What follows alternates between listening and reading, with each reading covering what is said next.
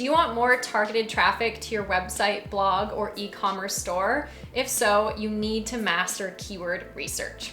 Hey guys, I'm Alex Tooby from alextooby.com and welcome back to my YouTube channel. In today's video, I'm going to teach you how to conduct keyword research with an amazing free tool.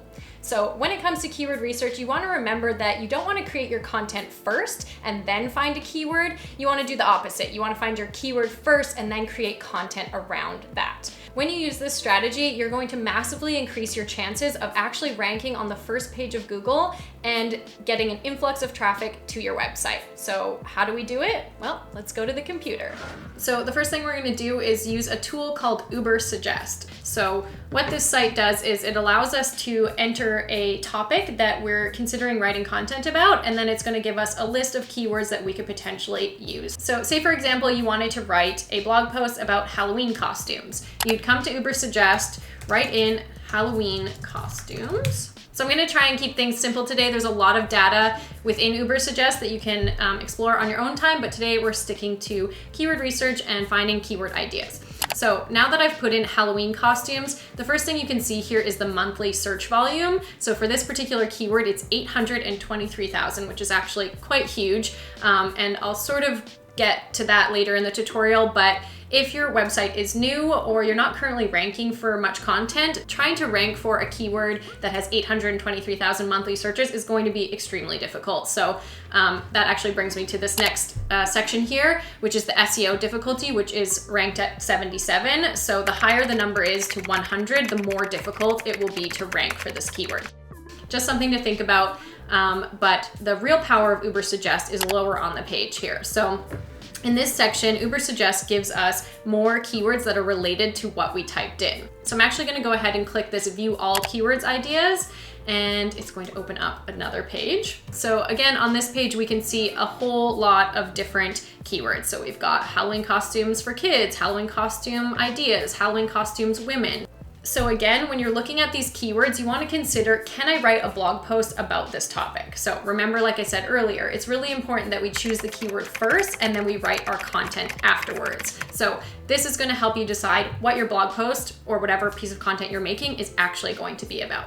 So again, we want to pay attention to the SD column here, which is the SEO difficulty column. And like I said, the closer the number is to 100, the more difficult it will be to rank for. So right now, everything is quite high in search volume and the difficulty is quite high as well. So what I would suggest is scrolling down a lot further until you see something like this. So this one with the green SEO difficulty is obviously jumping out at me. And this one is Halloween costumes last minute. So if you think that you could write a blog post about last minute Halloween costume ideas, then this might be a good idea. So the search volume is just under 50,000 per month. And again, like I said, the SEO difficulty is quite achievable compared to all the other keywords with this same search volume. So what I do when I find a keyword that I'm interested in, I actually go over to a Google spreadsheet and I'll type the keyword in. So it was Halloween costumes last minute, and the monthly search volume was 49,500 and the SEO difficulty was 27. So then I'd go back to Ubersuggest and keep continuing that way, trying to find more potential keywords. So again, I'm going to keep scrolling until I see more green. So this one says Halloween costumes Heidi Klum. Very specific blog post, probably not going to write one on that. However, if you did, the search volume is high and the SEO difficulty is low. So could potentially be a blog post that you could actually rank for and receive a big influx in traffic. So again, you're just going to keep writing these in as you find them.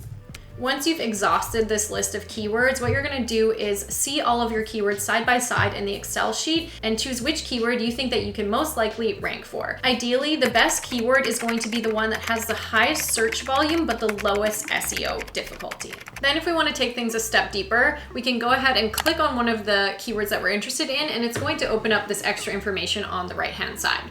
So what we can see here is the exact URLs that are ranking for this keyword right now. So we can see that the very first URL is by partycity.com, and you can also see how many visits they're getting per month estimated, and how many backlinks they have, their domain score, and their social shares. So you don't need to worry about this stuff too much, but what I do suggest doing on this page is actually opening up some of these links by using this button right here so that you can actually see the blog posts and ask yourself if you can write better content, or can you make it more unique, or can you make it more detailed. So if you want to outrank other people on Google, you're going to have to create better content.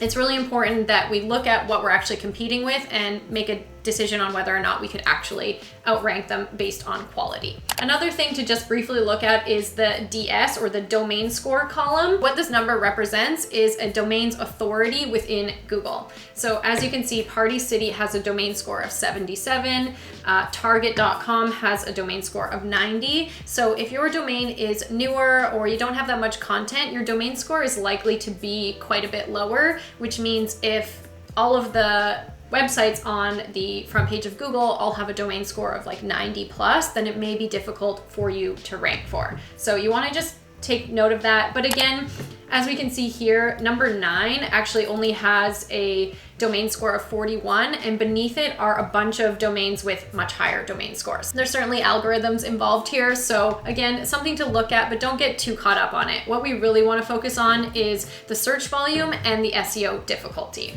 So like I said, Ubersuggest has a ton of different data within it. This is just the tip of the iceberg, so definitely go ahead, poke around on your own. But I will show you one more thing, because I know a few of you are probably asking me, well, what is my domain score? And that is a fair question. So to find out what your domain score is, you're gonna go to this overview button underneath the person icon, and then you can go ahead and type in your domain. So again, a lot of data comes up, but we can see here that my domain score happens to be 70. So for me, that means that I can look at my keywords and actually see where my domain ranks amongst everything else. So that's going to give me a better idea if I can or can't rank for that keyword. Again, like I said, there's so many variables that goes into this, so I don't want you to get too hung up on your domain score, especially if your website's new. It's definitely going to be lower than 70. So again, this is data that's interesting to look at, and all of it is important. But remember, by creating more quality content, updating your site regularly, and targeting specific keywords is all going to go into increasing your domain score and improving your chances of ranking on the first page of Google. So that's how you use Ubersuggest to conduct keyword research. I hope you guys liked this video. I hope you learned something new. If you did, please hit the like and subscribe buttons below, and don't forget to hit the notification bell if you want to be notified the next time I post a video. So thanks again for watching, and I'll see you guys next time.